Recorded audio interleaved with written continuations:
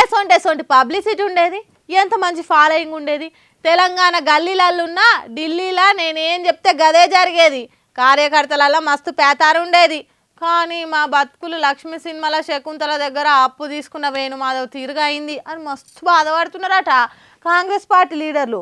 వాళ్ళు ఎందుకు ఫీల్ అవుతున్నారు, వాళ్ళ గంత బాధలు ఏమొచ్చినాయి అనేది ఒకసారి తెలుసుకుందాం పాండ్రి. ముందొచ్చిన చెవుల కంటే వెనుకొచ్చిన కొమ్ములే కొచ్చేటి అన్నట్టు చేస్తున్నారట కాంగ్రెస్ పార్టీల సీనియర్లు. పదవులను దక్కనిస్తలేరు, పరపతి వెరగనిస్తలేరట. సొంతపాటి సర్కారు నడుస్తున్న మర్మన్న తల్లి తీరే ఉన్నది కానీ కన్న తల్లి కానొస్తలేదట. విహెచ్ హనుమంత్ సారు, మదియాస్కి, జీవన్ రెడ్డి అసొంటి హేమా హేమీని కూడా పక్కకు పెట్టి పరిశానలో ముంచుతున్నారట. ఎమ్మెల్సీ పదవో రాజ్యసభ పదవో దక్కుతుందని ఆశపడితే ఒంటె పెదవులకు నక్కెదురు చూసినట్టే అవుతున్నదట. రాష్ట్రం నుండి 2 రాజ్యసభ సీట్లు ఖాళీ కాబోతున్నాయి కదా, వీటి మీద ఆశపడే సీనియర్ లీడర్లకు సుక్కలు చూపెడుతున్నదట తెలంగాణ రాష్ట్ర కాంగ్రెస్ లీడర్లు. ఆ 2 సీట్లలో ఒకటి కాంగ్రెస్ లీడర్ అభిషేక్ మను సింఘ్వికి ఇచ్చుడు ఖాయమే అని అంటున్నారు. ఇక మిగిలిన 1 సీటు మాకు కావాలని పోటీలు పడుతున్నారు. జీవన్ రెడ్డి, వి హనుమంతరావు, జగ్గారెడ్డి, మధుయాష్కి గౌడు, కోదండరెడ్డి అసొంటోళ్ళు హైకమాండ్ దగ్గరికి చేరి ఫైరోగలు చేస్తున్నారు. జీవన్ రెడ్డి పదవి లేక తన మీదే పోటీ చేసి గెలిచిన బీఆర్ఎస్ లో సంజయ్ కుమార్ ని తన నెత్తి మీద పెట్టే వరకు పుట్టడు కోపంతోనున్నాడు. పదవి ఇస్తే తప్ప కోపం చల్లారే తట్టు లేదు. వీళ్ళంతా ఇట్లుంటే రేవంత్ రెడ్డి సీనియర్లను పక్కకు పెట్టి తనకు నచ్చిన తనలాగే వలస వచ్చిన కాంగ్రెస్ లీడర్లకు రాజ్యసభ సీటు ఇవ్వాలని చూస్తున్నాడని గుసగుసలినబడుతున్నాయి. సర్కార్ సలహాదారు రేవంత్ రెడ్డి దోస్తు వేం నరేందర్ రెడ్డిని రాజ్యసభకు పంపే ఉపాయాలు చేస్తున్నారట. అందుకే ఎన్నో ఏళ్ల నుంచి పార్టీ జెండాను భుజాల మీద మోసిన సీనియర్లకు ఇలువలేదు, దేకుడే లేదని బాధపడుతున్నారట. ఆయనోళ్ళకు ఆకులల్ల పెట్టి కానోళ్లకు కంచాల వాట్లు చేస్తే పార్టీ కోసం ఏం చేసిన త్యాగానికి ఇలువ ఎక్కడిది, ఇదెక్కడి న్యాయం అన్నట్టు గుర్రు మీద ఉన్నారనే గూసగూసలు కూడా వినబడుతున్నాయట. అందుకే ఇప్పుడు సీనియర్ లీడర్లు అంతా ఢిల్లీ బాట పట్టిండ్రు. మళ్ళా సర్కారు వచ్చిన తర్వాత చూసుకుందాం కానీ ఇప్పుడైతే రాజ్యసభ సీటు కావాలి, దీపం ఉన్నప్పుడే ఇల్లు చదువుకోవాలన్నట్టు చేస్తున్నారట.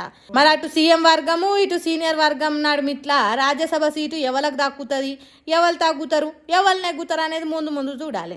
సీనియర్లకు పదవులు ఇవ్వకుంటే మాత్రము పార్టీకి వాళ్ళు చేసిన సేవ త్యాగానికి ఇలవలేనట్టే అని కింది కార్యకర్తలు మాట్లాడుకుంటున్నారట.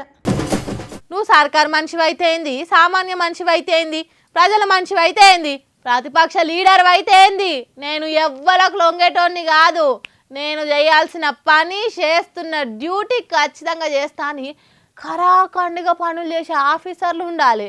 కానీ సర్కార్ ఆఫీసర్లు సర్కార్ సంకల పిల్లి తిరగ చేస్తున్నారట. ప్రతిపక్షాల లీడర్లను ఎలుకల తిరగ ఏటాడుతున్నారట. అందుకే హరీష్ రావు సార్ పోలీసులకు గట్టి వార్నింగ్ ఇచ్చిండు. తప్పు చేసి చట్టాన్ని అతిక్రమించిన పోలీస్ అధికారులు తాగిన మూల్యం చెల్లించుకోక తప్పదు. అన్ని నోట్ చేసి పెడుతున్నాం, ఎవరు అతి చేసిండో అన్ని డైరీలో నోట్ చేస్తున్నాం. ఈసారి మేము కేసీఆర్ గారు కాళ్ళు మొక్కైనా సరే అతి చేసిన పోలీసుల సంగతి అంతు చూసేదాన్ని. కొన్నొద్దులు అమాస, కొన్నొద్దులు ఎన్నెల, అన్ని రోజులు ఒక్క తీరుగానే ఉండయి, మాకు కూడా మంచి రోజులు వస్తాయి, అప్పుడు చెప్తాం మీ సంగతి అన్నట్టు గట్టి వార్నింగ్ ఇచ్చిండు పోలీసులకు. ఇంతకుముందు కూడా ఇట్లా పోలీసులు పైలంగా ఉండాలి, చేయాల్సిన డ్యూటీలు చేయాలి కానీ ఎక్కువ చేస్తుండ్రని ఇదివరకు కూడా చెప్పిండ్రు. ఈసారి కేసీఆర్ కాళ్ళు మొక్కైనా మీ అంతు చూస్తామన్నట్టు పోలీసుల మైల పోలు తీసుడు ఖాయమన్నాడు. ఒకవేళ కేసీఆర్ సారు సీఎం కుర్చీలు ఉండి వద్దు వాళ్ళతోనెందుకు పట్టించుకోకుండ్రి వదిలేయుండ్రి అని ఇప్పుడు ఈ రంగం చేస్తున్న పోలీసులను వదిలేయండ్రి అని చెప్పినా మేము కేసీఆర్ సార్ కాలు మొక్కైనా ఒప్పించి మీ సంగతి చెప్తామన్నట్టు చెప్పిండు. ఎందుకంటే మాకు కూడా ఒక హద్దు ఉంటుంది.